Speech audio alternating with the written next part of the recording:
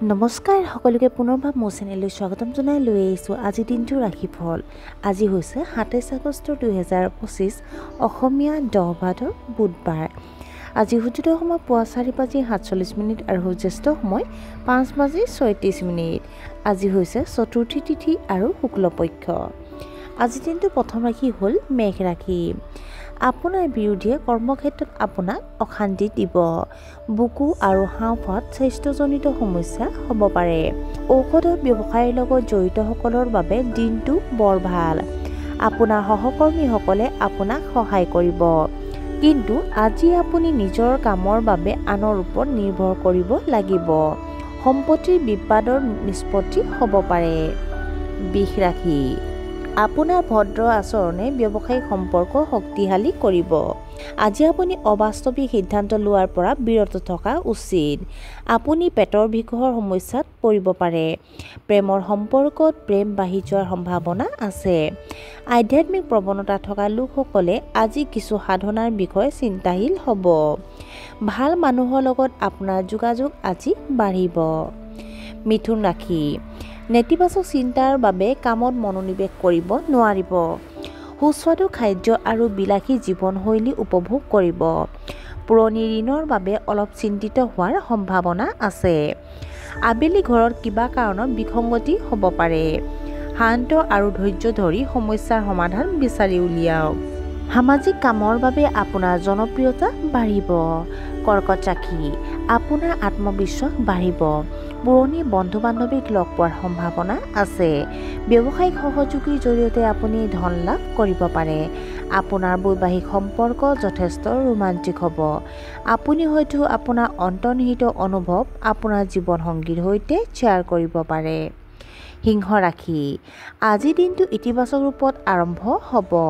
আপুনি ভাগৰুৱা অনুভৱ কৰিব আৰু শৰীৰৰ শক্তিৰ অভাৱ হ'ব। হতাশ হোৱা যৌন আকৰ্ষণ আপোনাৰ কামত বাধা হৈ পৰিব পাৰে।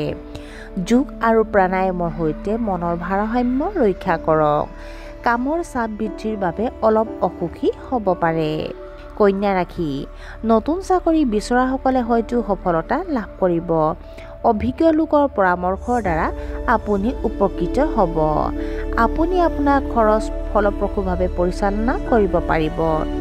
আপুনি হয়তো আপোনাৰ জীৱনসংগীৰ সৈতে ৰোমান্টিক ভ্ৰমণলৈ যাব। আপোনাৰ ব্যক্তিত্বই মানুহক আকৰ্ষণ কৰিব। ব্যৱসায়ত বৃহৎ আৰ্থিক লাভ হ'ব পাৰে। তুলা ৰাশি। নিজৰ সামৰ্থ্যতকৈ বেছি বাজেট বনাব নালাগে। টকাক লৈ পৰিয়ালৰ মতানৈক্য হ'ব পাৰে। প্ৰয়োজন নহ'লে আজি বহুদূৰ যাত্ৰা নকৰিব। ইচ্ছা নকৰিলেও সমাজৰ কামত অংশ ল'ব লগা হ'ব পাৰে। অতি আত্মবিশ্বাসৰ বাবে আপোনাৰ কাম নষ্ট হ'ব পাৰে।